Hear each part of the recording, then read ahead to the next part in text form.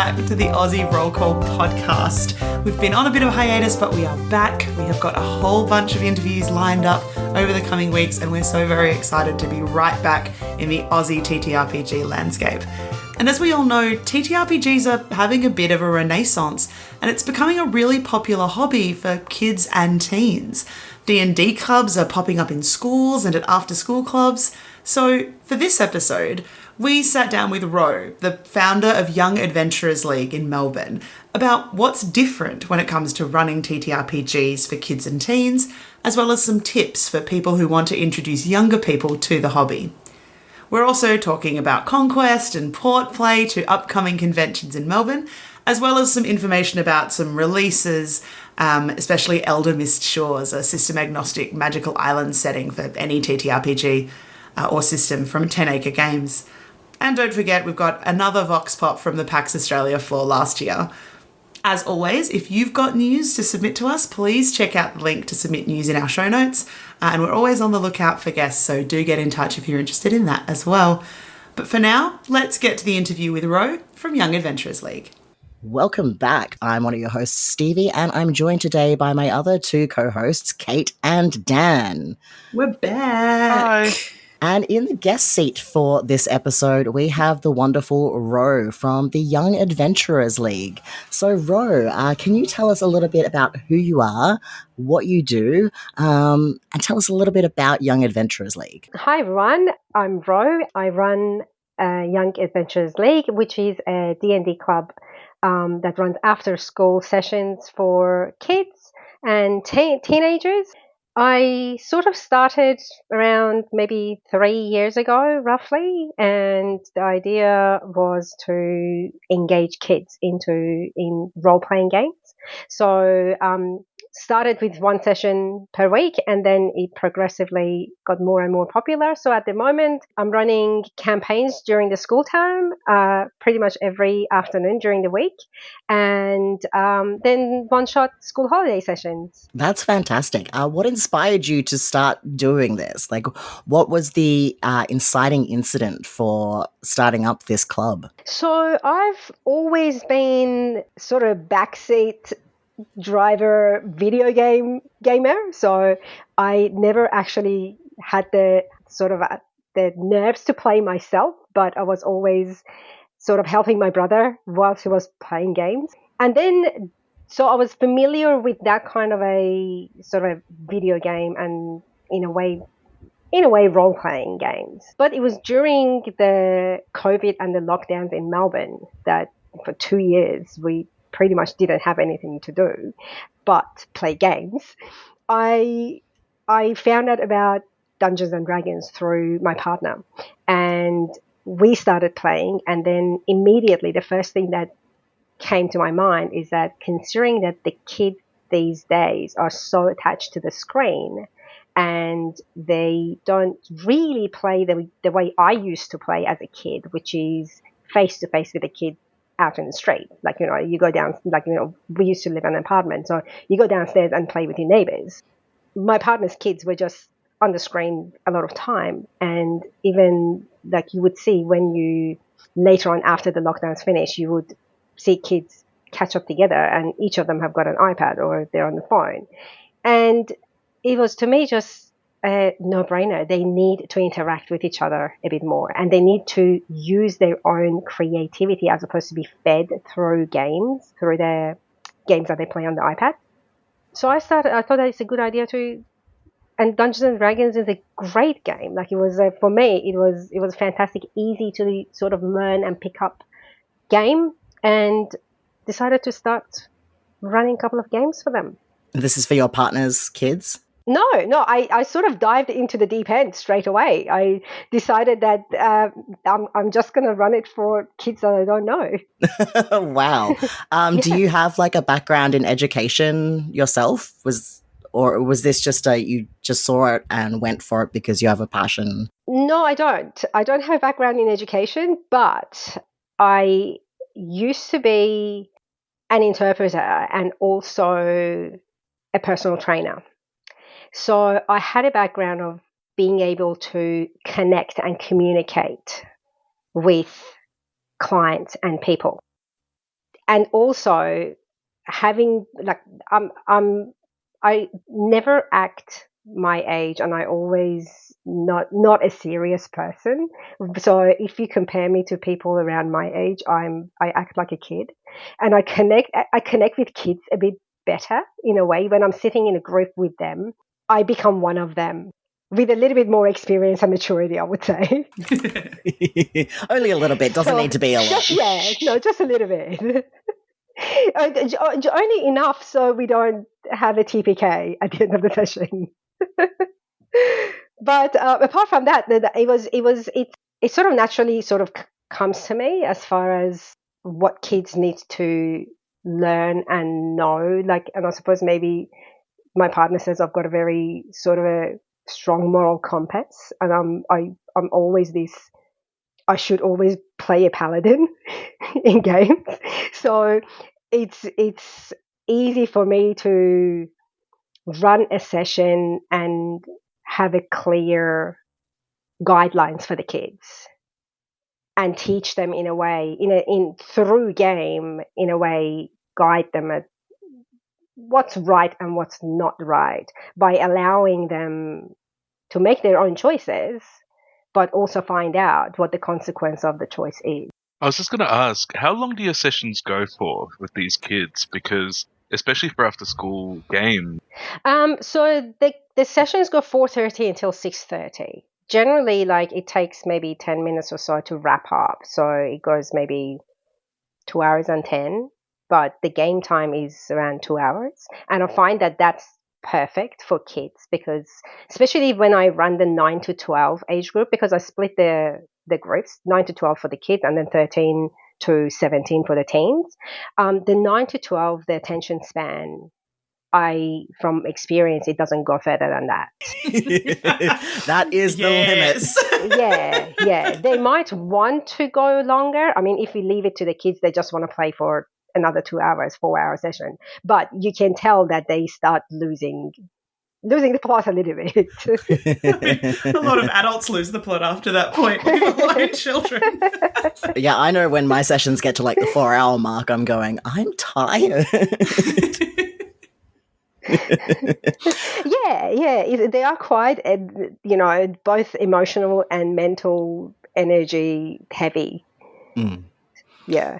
So I would love to know, based on your experience, what the difference is running like TTRPGs for kids compared to, say, being in an adult group. What are the main things that you've noticed? And are there, other than like energy levels and stuff, are there like noticeable differences between the 8 to 12s and the 13s to 17s? 9 to 12 and then 13 to 17, yeah. I guess the main thing is that with adult groups, as a DM, you don't have to worry about, first of all, you don't have to worry about how graphic the game can get. With kids, there is a level. I mean, to be absolutely honest, the first few times that I ran the game for the kids, my jaw dropped at the level of gore that these kids were okay with themselves. Like the first session, I think we were running, what was it? The Lost Mines of Phandelver, and the kids one of them decided to skin a goblin. And I'm here sitting there, like thinking, that's a little bit too graphic for me. But the rest of the kids seemed to be fine, and they were laughing their heads off about it. So I learned quickly that maybe kids these days, because of what they're exposed to already through the games that they play and also social media, unfortunately, they're not as sensitive as I thought they would be. But however, having said that, I moderate my games in a way that I don't introduce graphic sort of quote unquote violence in it. I'm not sheltering them about, like, if they are in combat. I'm not the type of DM that would say the enemy fizzles into glitter. Like, if the enemy dies, but I'm not going through the detail of sort of gut and gore about it. But with adults, they can go for it. They can do as long as they're fine with it. They can describe it however they want. It's Yeah, I think it comes down to age-appropriate boundaries. yeah.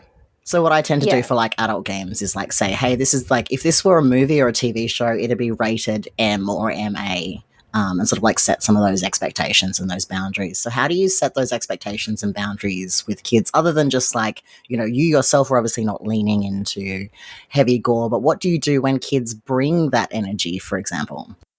So the first thing that I say is that at the beginning of the sessions for the like a session 0, especially for the one shots as well, because every kid during the term it's the same group, so the kids have the session 0 at the beginning of the campaign, but with the one shots it changes. Each group is different, so there is a short intro that I just explain the house rules to the kids, and one of the main things that I emphasize on is that remember that Dungeons and Dragons is about consequences of your actions. If you end up acting in a way that is, for example, in real life is going to be offensive to other people, you are going to see consequences for it. That by itself, to be honest, I haven't had a instant of a kid going too far with after covering this. It's sort of they get it. And I think from the reaction that they get from the rest of the kids, they sort of moderate themselves in a way. But I suppose if that comes up, I would probably just tone it down for them. I would rephrase it. If they explain it in a way, I would probably rephrase it to a milder sort of way of doing things. I have to say it can be challenging though at times.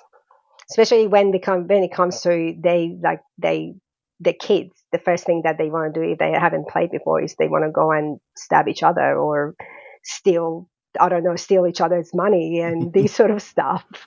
Yeah. So these are the things that they have to be managed every now and then. But most of the times they have found out from the way the party has reacted to their action that they realize, oh, this is not like a video game that I can just reload the game. I'm dealing with other people. There's and their social feelings. consequences to their Yeah. actions. Yeah. Yeah. I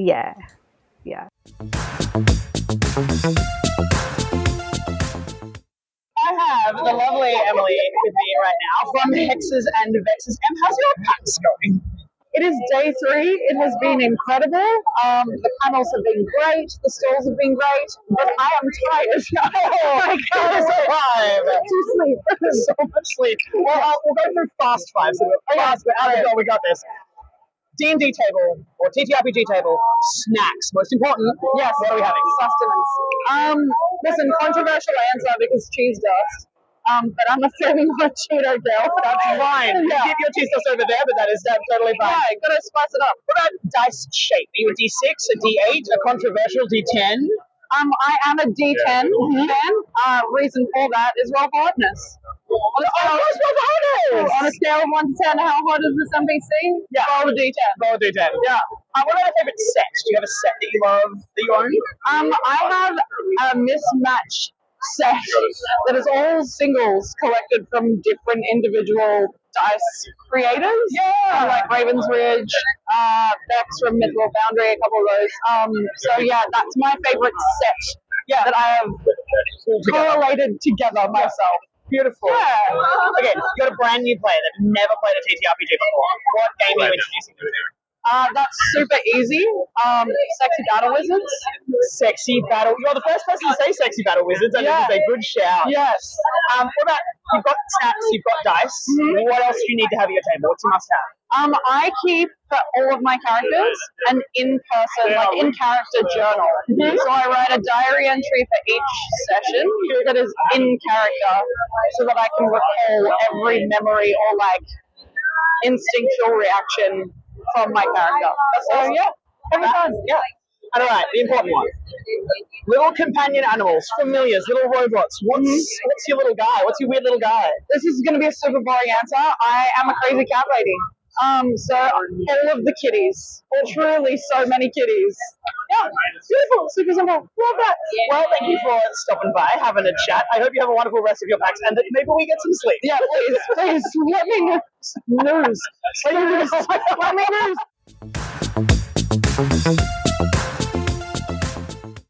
You mentioned house rules before. Do you have any that you'd like to share? Like mention some of the house rules that I have. Yeah, for the younger ones. Yeah. So for the younger ones, it's definitely the first thing is that they have to take turns. Like if they want to say something, they have to raise their hands. They can't speak over each other. They can't sort of interrupt me as a DM because otherwise they're going to miss some of the important information that they need to know. PvP is the main one. Is that don't go around stabbing each other or trying to steal things from each other. That's a no-no. I still need to give that one to adults, so it's not just the kids that need that house rule. Baldur's Gate 3 has not helped in people wanting to steal from each other's pockets. No, definitely not. Definitely not. And I suppose one of the other things that I remind them is that remember that you've got a mission that you need to focus on, and don't forget your mission because they get sidetracked. Like they and don't split the party. That they love to do that. So these all feel like rules for adults too. I love how there's nothing so far that I would not give to an adult. Correct. These rules. Correct. But I suppose the thing is with adults, if they do that and if there is a bad consequence for it, I personally won't feel sort of upset or liable for it. But with kids, I think the whole point of the game is for them to learn life skills in a most gentle way. So having a extremely harsh consequence for a kid that is learning, I think can negate that. But for an adult, it's like, you were warned, you know. If you decide to do it, then you know the consequence. I know the consequence, and you still did it. For sure. Do you at all change the rules for kids or sort of like simplify the rules for the younger ages, or do you go with the full 5th edition rule set? I don't simplify it, but I do bend the rules a bit, especially when it comes to like flavor of how spells work or how I don't know, the spiritual weapon, like for example, looks like. I allow them to use their imagination to shape it however they want. Like even if the spell doesn't work that way exactly, I'll allow them to use their imagination to shape the spell however they want to shape it. Yeah. But as far as the actual rules go, I try to stick to the rules as much as I can, especially when it comes to like if something is like, I don't know, 8d6, I'm not going to change it to 5d6. I'm still going to do the 8d6, you know. Fascinating. So, more onto so you've clearly got a pretty thriving business running. Like you said, you're running games pretty much every afternoon after school, as well as like holiday program stuffs and one-shots. How has the marketing been for that? Or have you had to do any marketing? Has it been all word of mouth? I know you also ran some games at PAX. Like, how have you found the marketing side of this particular business? I'm really bad at marketing. And that has always been doesn't matter what I did in the past marketing has always been the weakest link in running a business. But I think D&D sells, or role-playing game. I mean, my exposure to role-playing games has been D&D. So when I'm referring to D&D, I'm really, it's any role-playing game. Sells itself. Like, you just need someone to play it once and realize how rewarding and how enjoyable the role-playing games are. So when I first started, I ran 2 weeks without having anyone in a session. So I didn't have not a single kid. They said the third session, one kid came, and I ran a session for this kid.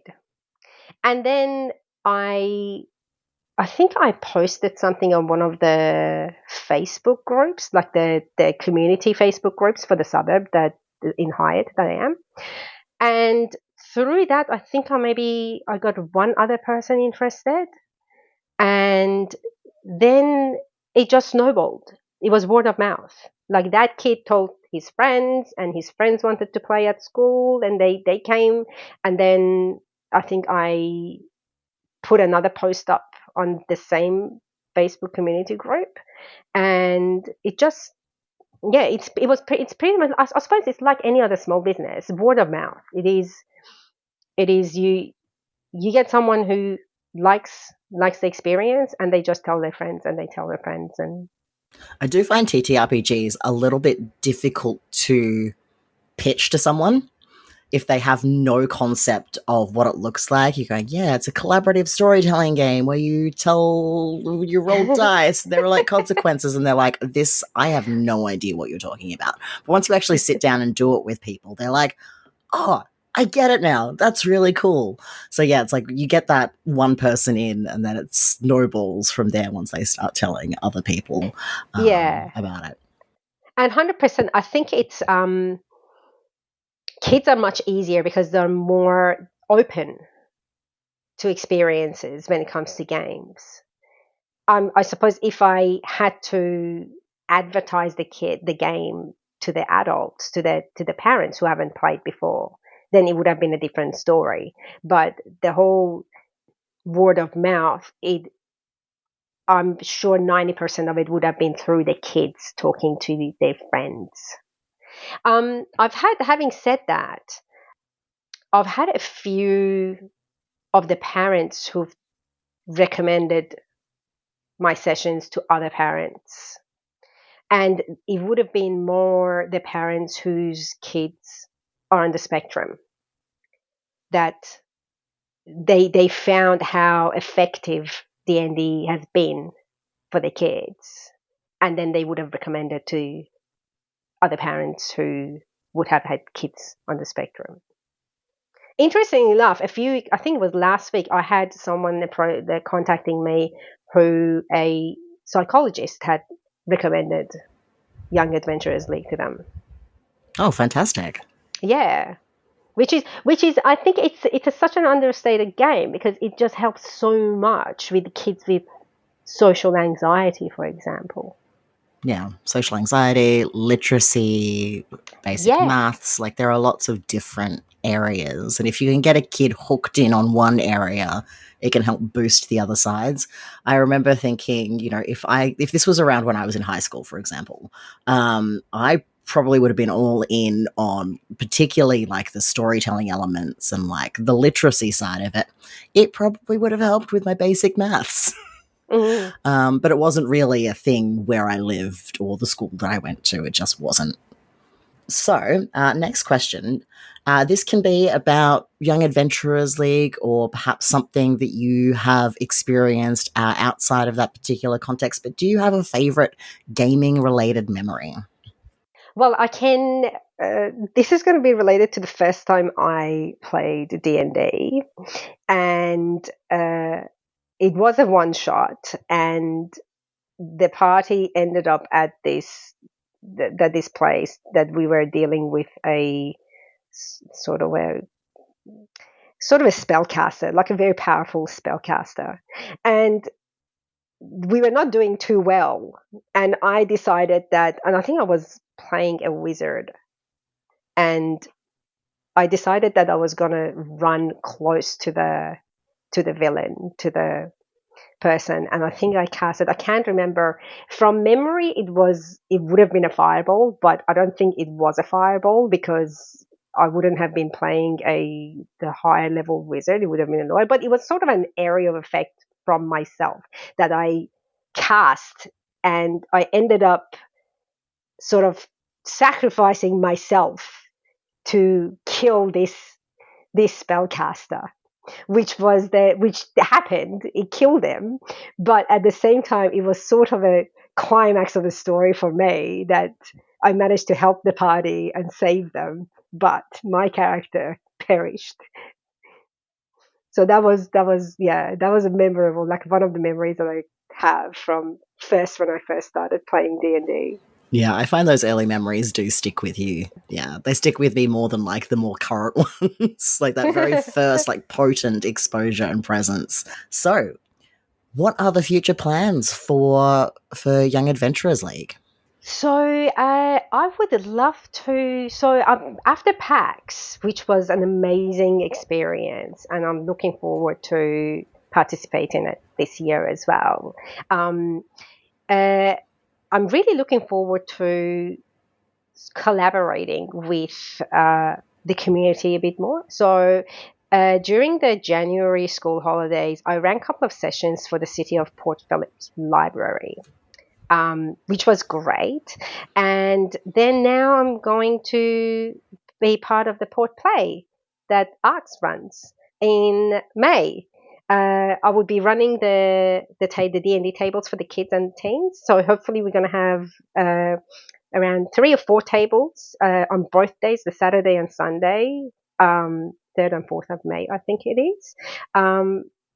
And both for kids 9 to 12 and then 13 to 16, I think.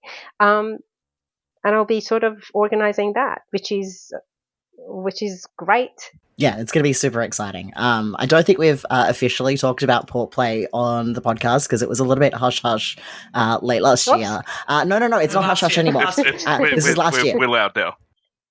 Oh, okay. We're allowed now. This is like the first episode that's going live since the announcement of Port Play being a thing. So yeah, Port Play, for those who don't know, is going to be a massive gaming and arts festival that's happening in the city of Port Phillip. I believe it's happening at St Kilda Town Hall. I think is going to be the main location. And yeah, it's running on the 3rd and 4th of May, as Rose said. So there's going to be lots of stuff happening. I know that there's obviously D&D for kids. I believe there's going to be a big mega game on as well. I know there's going to be Dark Vigil. I know there's going to be artist stalls. It's going to be huge. So yeah, it'll be great to have you there facilitating for those younger players. Yeah, thank you. I'm really looking forward to it. I think it's going to be amazing. From the reception that I had at PAX, I think, and also the City of Port Phillip Library that I ran the sessions, I'm sure the Port Play is going to be amazing as well. Look, librarians are just kick-ass. They're the real heroes of society. Correct. Correct. 100%. Excellent. We've asked you like what your favorite memory is. Do you have a favorite memory that has involved kids at Young Adventurers League? Because like there are obviously such huge transitions. I'm a qualified primary school teacher, so there are such changes you can see in kids over the space of a term. So have you had any like favorite moments or favorite kid growth moments over the course of a term's worth of play? Yes. I have 2, if you don't mind. Please. The first one was a player who came to the session and they had to come with their sibling because they really wanted to play, but they couldn't play by themselves. They had to have their siblings as a support with them. And they played for the whole year together. And it was like after a couple of months, their parents reached out to me about the change that they were seeing in their kid and how they were coming out of their shell and so the email that she wrote me is that I don't know what is happening during the sessions, but whatever is happening, it's amazing. And we are trying to use the same techniques during my child's therapy sessions with their psychologists to put measurements in place for them to follow it at school or outside the game, and which was amazing. I mean, it brought tears to my eyes when I read that email. Fast forward another 6 months, this kid now is coming to the sessions by themselves, and they have, if I put them now and the kid that I met more than a year and a half, 2 years ago, you unrecognizable. Like how much they have come out of their shell, how much they are participating in the game and involved they are now, which is amazing. Which is amazing. So that is probably one of the most rewarding aspects of the game for me. That is to see the change in a kid who struggles with sort of the social interactions with their peers. The other one was happening today, actually, just because I just finished my other session a couple of hours ago. And this one was for the 9 to 12 age group. And they had to face, so the game wasn't going that well because the party was very disjointed. Like they were split into two groups that they clicked with, and they were almost battling each other instead of the enemy. Like they were throwing each other under the bus at times, which was, for me as a DM, is like, you guys are supposed to be working together. You're not helping your party. This session, I decided that for them to realize they need to work together, they need to feel the danger. They need to feel how serious the situation is. So I decided that the white dragon that they were facing is not going to be very nice to them anymore, and is going to trick them into a sense of security and sort of lure them into his lair, which happened. They followed him into the lair trying to find one of the other party members who was running away. So they were trying to catch this party member and feed it to the dragon. And I'm like, great. So I decided that no, this dragon is going to have all of them for dinner instead of just one. And initially they dispersed and each of them was running in one direction. And I stopped them and said, guys, and these kids are level 6. You're level 6 adventurers. You need to work together. If you work together, you can defeat this dragon. And it was like an aha moment for them that we need to work together. I mean, we don't need to run away. We can stand our ground and fight. And they did. And the moment that they killed the dragon, the joy in the session and how proud they were of themselves, having been able to defeat something that they thought was going to kill the entire party. For me, that was amazing. That was like, tonight was one of those rewarding sessions for me as well, that I finally got them to work together and achieve something that they thought is not achievable for them. And they leveled up. Fantastic. They got the perk. Isn't there some studies, and I'm quoting this completely off the cuff, so if I'm completely wrong, I apologize, about how the things that we experience in tabletop role-playing games don't actually feel different or distinct from the real world.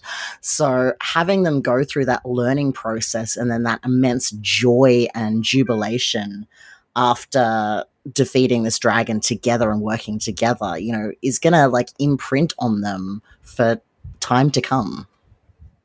I think so, especially because this group, the way it worked out is like 3 or 4 of them are friends together from school, and there are 2 of them who are friends together, and naturally they click together. They're the ones who are already friends, they're friends.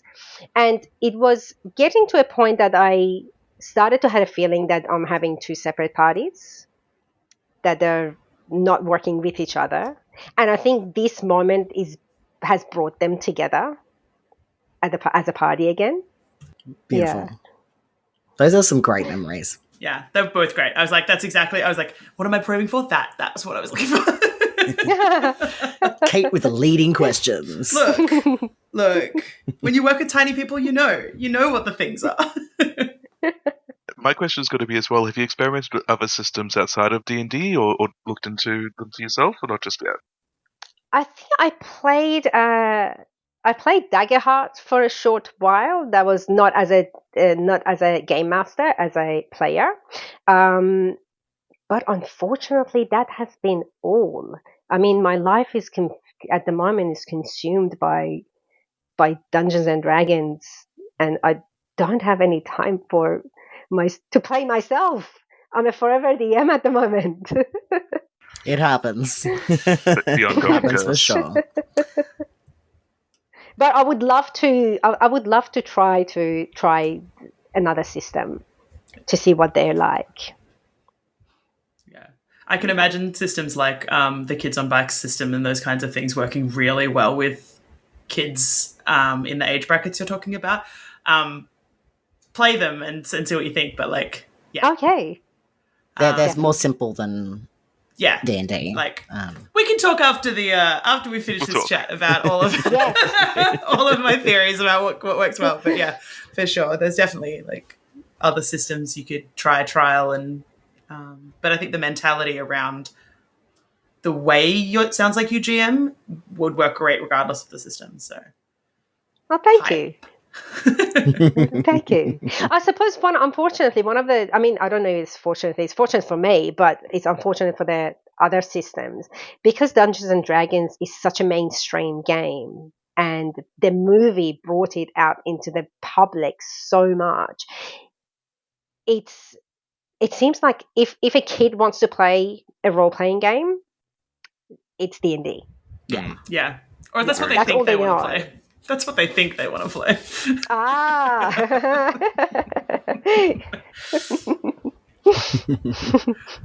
Don't stress. This is not a stressful thing. We have 5 questions we love to ask everybody. This is a don't think too hard. Just tell us. There's only one where you can be wrong, and trust me, you won't be as wrong about snacks as one of our past guests was, so everything will be fine. I'm talking about someone said Kat's pastries never going to live that down, She's is never she? going to live it down. She's never going to live it down. She said pastries at the TTRPG table. She is incorrect. But on that note, let's start with the easiest or hardest one. Do you have a favorite Yes. dice, either like set or favorite shape, either or both? Okay. This is going to be easy for me because I do make and sell dice myself. So, my favorite set and dice are probably mine because I actually create them. I do have a favorite set, which is this light green set that has got these wisps of peat-free, darker green black through it. So it's got like this sort of fey, but sort of corrupted fey feel to it. That they're my favorites. Nice. Yeah. Love that. But as far as shape goes, I really like the shard D4s. The D4s that are sort of a longer, pointier. The stabbier ones, if that is possible. Yeah, from a you don't want to D4. step on those ones. Yeah. Yes, the stabbier ones. Yeah. Yeah. All right. What about, we've just sat down at the table. What's the gaming table snack? What do you have to have? What are you eating? Chips for life. Chips for life? There you go. Chips for life. Yeah. See, Potato sometimes the chips, answers are just... corn chips. No, potato chips. Potato chips for life. Oh, There okay. you go. There we go. I feel like we know the answer to this question, but your favorite game, TTRPG, to introduce new players to? Dungeons and Dragons, just Yeah, because it's easy. I was fully prepared to be surprised by that one. Yeah. You've got your snack, you've got your dice, you've got the game. What's your other tabletop must-have? What do you have to have with you when you're playing? My character sheet. Deal. Like we've had all kinds of. But having said that, pen and paper. Pen and paper. Like one thing that I forgot to mention that I have the rule of no electronics during my games. Everything has to be pen and paper. The only electronics is the phone that they have. That's in case that they need to contact their parents or the parents need to contact them. Apart from that, everything's pen and paper, just because it brings their focus back to the game. So pen and paper character sheet, yeah. There you go. Last one. So if you could have a little companion, little minion animal, little robot, like a familiar in D&D, what would it be? Can I have a gecko? Yeah. Yeah. You can have anything you want. Yay! Yeah. You can have whatever you want. Yes. I love geckos, so Okay. And that's the fast five. That's it. That's easy. Yes. yeah, right? Less scary than it feels. Yeah. Nothing serious. Nothing serious. Absolutely nothing serious. Beautiful. All right, Ro. If people want to find out more about you and Young Adventurers League, where should they go to? Well, I suppose the easiest one is just go straight to the website, which is Young Adventurers League, one word, .square.site. I also have the Facebook page for it, Instagram and TikTok, which on both TikTok and Facebook and Instagram, I regularly post updates about the sessions that I run. So I do have a recap of every session that I that's more so to keep the parents informed about what's happening during the game and what their kids getting up to. So yeah, I do. If people are keen about what campaigns the kids are playing, or how to get in touch with me, definitely one of these social medias sort of outlets or the website. Yeah. That's all fantastic. So thank you so much, Ro. It has been a delight to have you on the Aussie Roll Call podcast. And yeah, can't wait to hear about future updates for the Young Adventurers League and to see you at Port Play. Yeah, thank you very much for having me, and for everyone who's listening. If you happen to be around St Kilda Town Hall, 3rd or 4th of May, come in, say hi. Even if you don't have a kid or a teenager, There'll be plenty to do. Yeah, absolutely. Yeah. Thank you so much, guys. Thank you, Ro. Welcome to the news for this episode. We have lots to cover, so let's dive right in. First up, I want to cover 2 upcoming conventions. Both of these conventions are happening in Melbourne, coming up in April and May. So the first one is Conquest. Now, I believe you've heard me speak about Conquest before. Conquest is a games convention that runs every Easter weekend in Melbourne. It's very open, inclusive, and friendly convention. I enjoy attending. They have heaps of games like D&D, Call of Cthulhu, Pathfinder, Vampire the Masquerade. There's lots of indie games. They also do Parlor Up, so that's like a free-form live-action roleplay sort of thing. They've got miniature games, board games, and so much more, including market stalls and whatnot. So if you're interested, Conquest this year will be happening on Friday, April 18th to Sunday, April 20th at the Coburg Town Hall. Now, the second event that I have, the second convention, is Port Play. This is a brand new convention. It is a 2-day tabletop game and arts festival for both children and adults. It spans over 2 town halls. There is programming for the day and the night. There's going to be lots of playable games, workshops, presentations, and a local maker market. Now, Port Play is happening at both St Kilda and Port Melbourne town halls from the 3rd to the 4th of May. If you want more details about that, make sure you join the ARC Discord, and there will be a website for that going live very soon, but not quite at the time of recording this. But if you join the Discord, which is linked as always in our show notes, you will stay up to date as to when information about Port Play becomes available. The next announcement I have is for Splendor and Society. This is an event taking place on the 27th of April at Storyville, which is Melbourne's very own fairy tale themed bar. So, it is a truth universally acknowledged that a fae caught in possession of more than 2 fairies must be in want of intrigue. You are cordially invited to attend the launch of Masters of Alchemy's new Good Society event, Splendor and Society at Storyville, the iconic fairy tale themed bar in the middle of Melbourne. Enjoy a delicious cocktail while role-playing the drama and romance of Regency England. If you want more information about that event and want to find out how to get tickets, the links will be in the show notes. And finally, the last announcement I have is from Hugh Lashbrook, who submitted about the release of the Eldermist Shores, which is a system-agnostic magical island setting for any TTRPG or system. It will be available in both digital and glossy A5 hardcover. It is a 54-page setting. It includes the stats for Can, Knave, and other games, which can easily be adapted to a wider variety of more games as well. It features a mystical island, fantastical creatures, an otherworldly fog. I do love an otherworldly fog. Mysterious characters, intriguing adventures, local entertainment, and so much more. If you want to know more about Eldermist Shores and perhaps pick up your own copy, the link to that will be in the show notes. Now, if you have your own news to submit, please remember that we do have a form that you can do that through, so don't be afraid to fill that out and send it off to us, and we will include your announcement in the show. Some people have been asking us what the best thing they can do is to support the podcast. And honestly, it's rating and reviewing it wherever you're listening to it. It really does help us reach brand new audiences and other listeners just like you.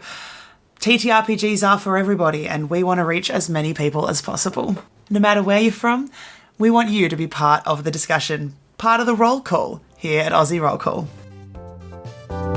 This podcast is produced in affiliation with the Australian roleplay community. If you'd like to join the ARC community, head to arcrpg.org, where you'll find a link to our vibrant and inclusive Discord server. Your hosts have been Kate O'Sullivan, Dan Machuca, and Stevie Schaefer. Cover art by Helen Graham of Juimon Studios. Title music is Sweet Sunday Groove by Slailkey. Interstitial music is Newer Wave by Kevin MacLeod, used under a Creative Commons 4.0 license. Production by Stevie Schaefer.